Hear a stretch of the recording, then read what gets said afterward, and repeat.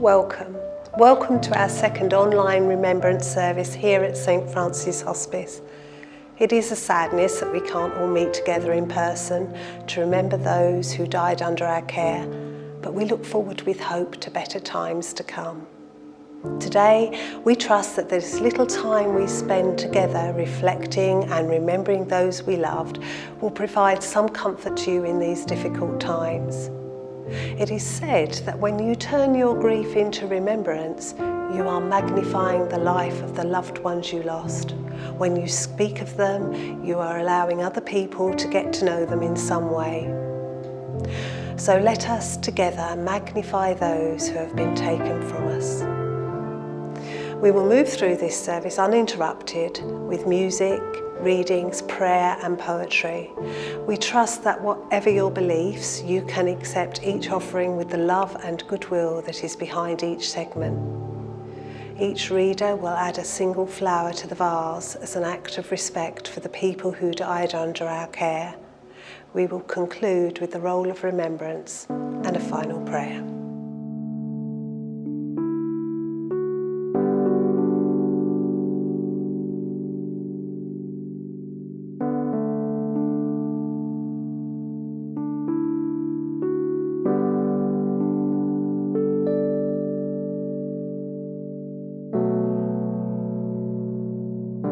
Gracious Spirit, Creator of life, Carrier of hope, make your presence known among us.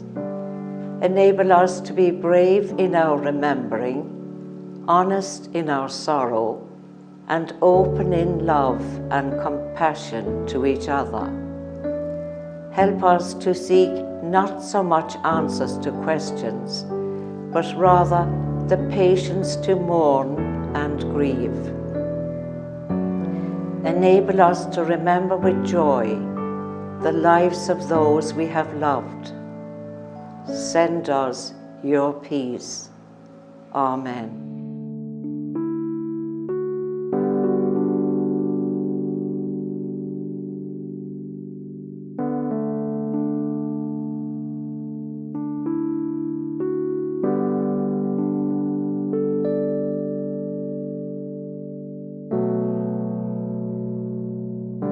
Elephant in the Room by Terry Kettering. There's an elephant in the room. It is large and squatting, so it's hard to get around. Yet we squeeze by with "How are you?" and "I'm fine," and 1,000 other forms of trivial chatter. We talk about the weather, we talk about work, we talk about everything else except the elephant in the room. There is an elephant in the room. We all know it's there. We're thinking about the elephant as we talk together. It is constantly on our minds. For you see, it is a very large elephant. It has hurt us all. But we don't talk about the elephant in the room. Oh, please say their name. Please say their name again. Please, let's talk about the elephant in the room. For if we talk about their death, perhaps we can talk about their life. Can I say their name to you and not have you look away? For if I cannot, then you are leaving me alone in a room with an elephant.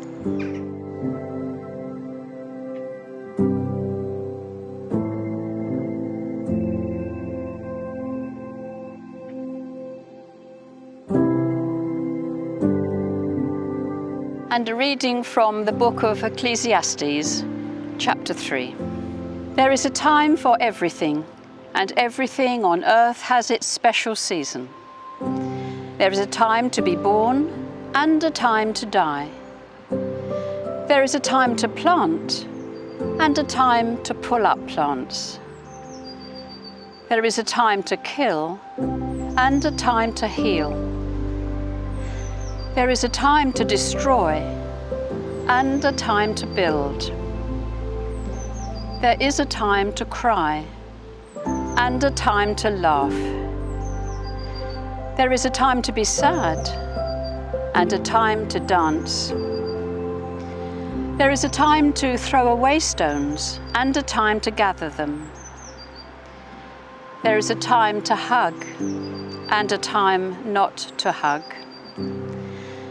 There is a time to look for something and a time to stop looking for it.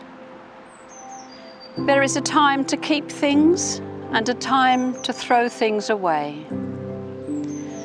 There is a time to tear apart and a time to sew together.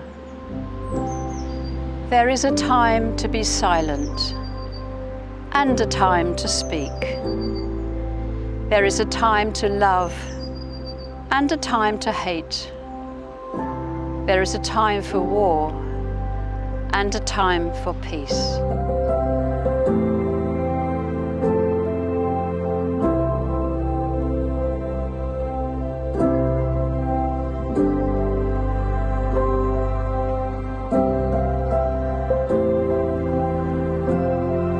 Feel no guilt in laughter, all for unknown.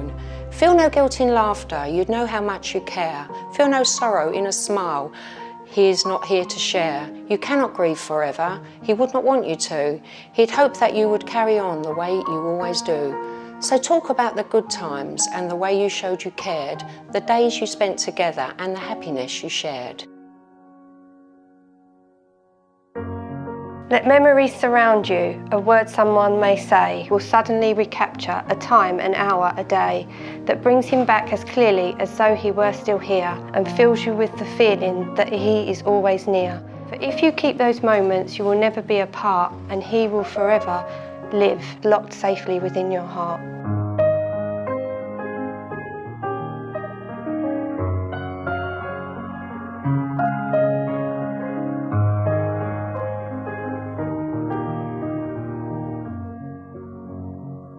I know that most of you who are joining in this online service have come to remember someone who was and is a special part of your life, someone you have lost.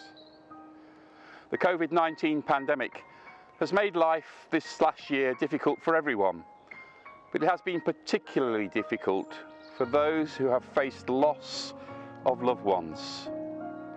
Restrictions on funeral services and on being able to meet with those who support us have made things more than hard. And I trust and pray that this service will provide you with some comfort and hope in the midst of this. I don't know what your experience of loss and pain and grief have been, where you are on that journey. There will be some commonality about our experiences, things we can share together to help one another. But ultimately, each of us has a story of our own.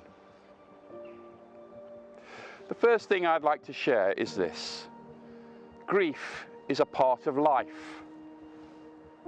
Perhaps we can think that grief is an intruder, an unwelcome guest in our otherwise normal lives.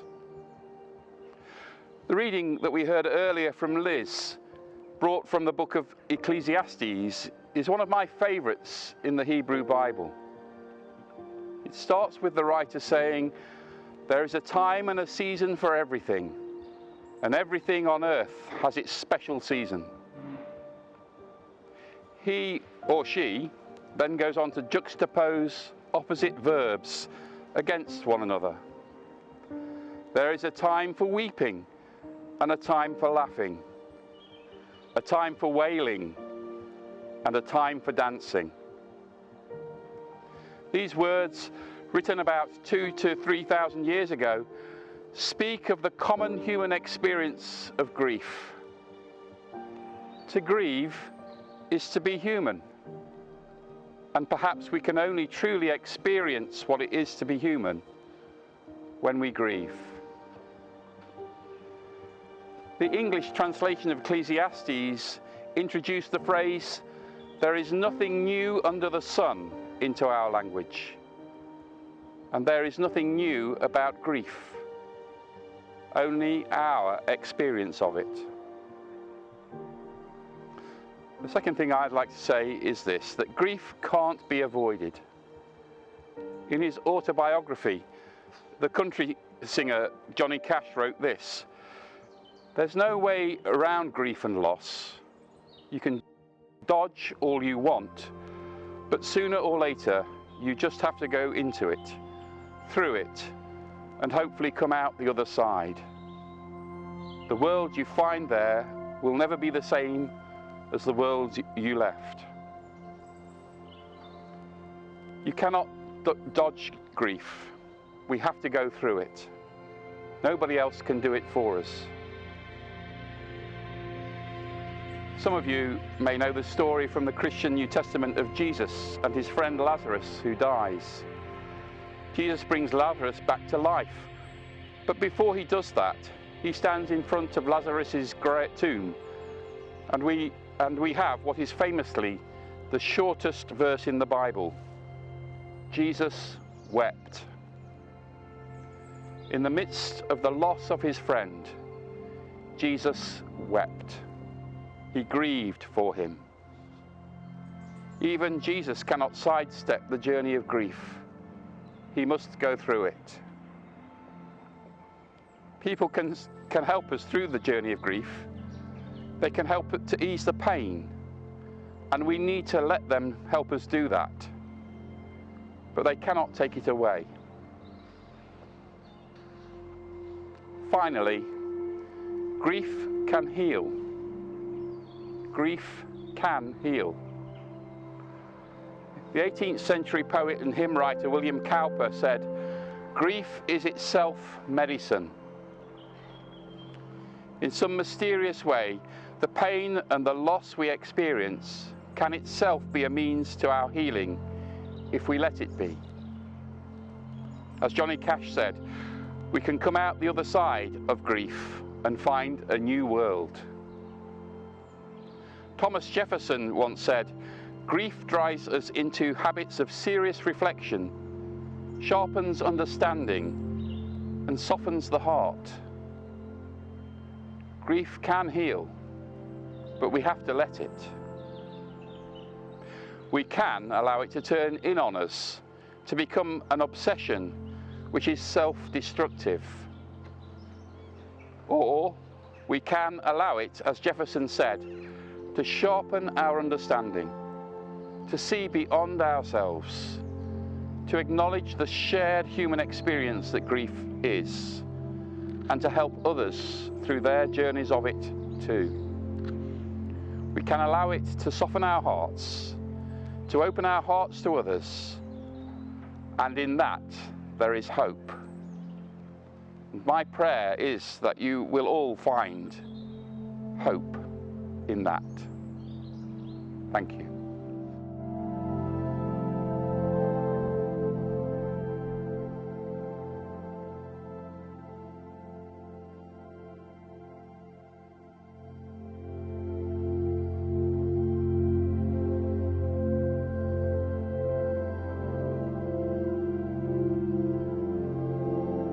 And so now we're going to see the names on screen of loved ones that we've lost over this last year.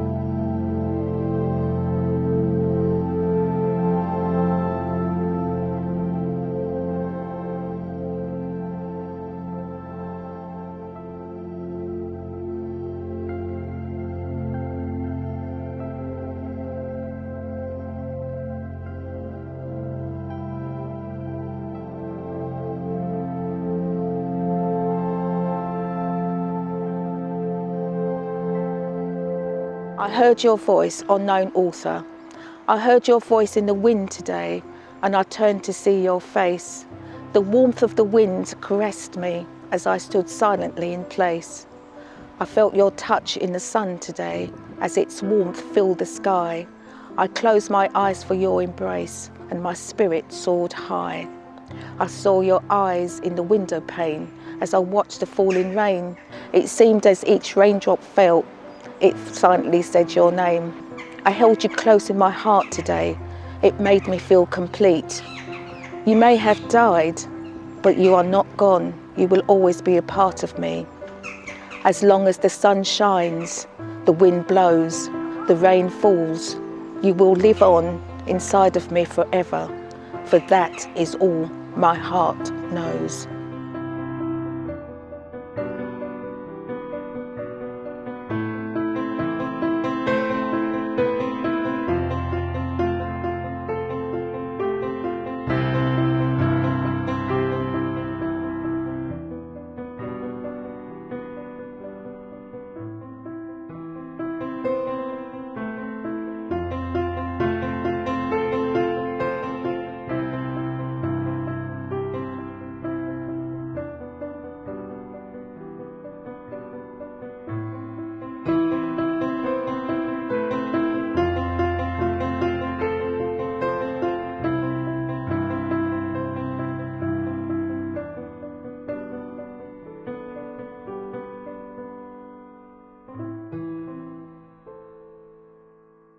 This bunch of flowers has grown as we have listened to the different words spoken.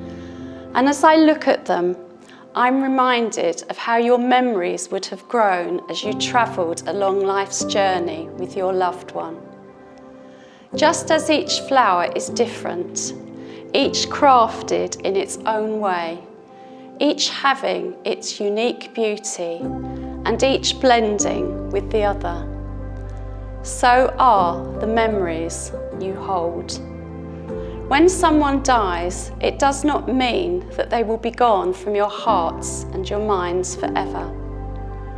They will live on in the moments that you shared and in the memories you created. They have left you an everlasting bouquet to cherish and share, to maybe pick out a certain flower on a difficult day, or to enjoy them together, alone or with friends and family.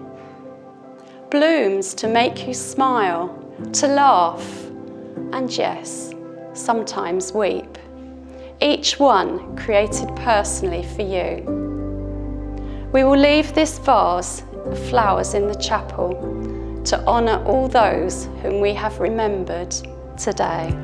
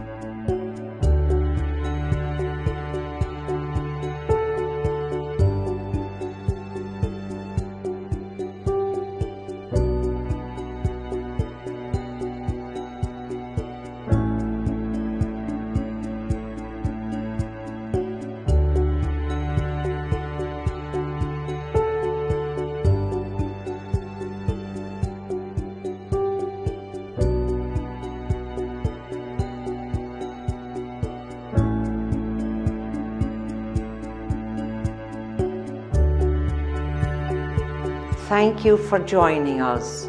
We will conclude with the final blessing. May the Lord our your God bless you with the strength you need to get through each coming day. Amen.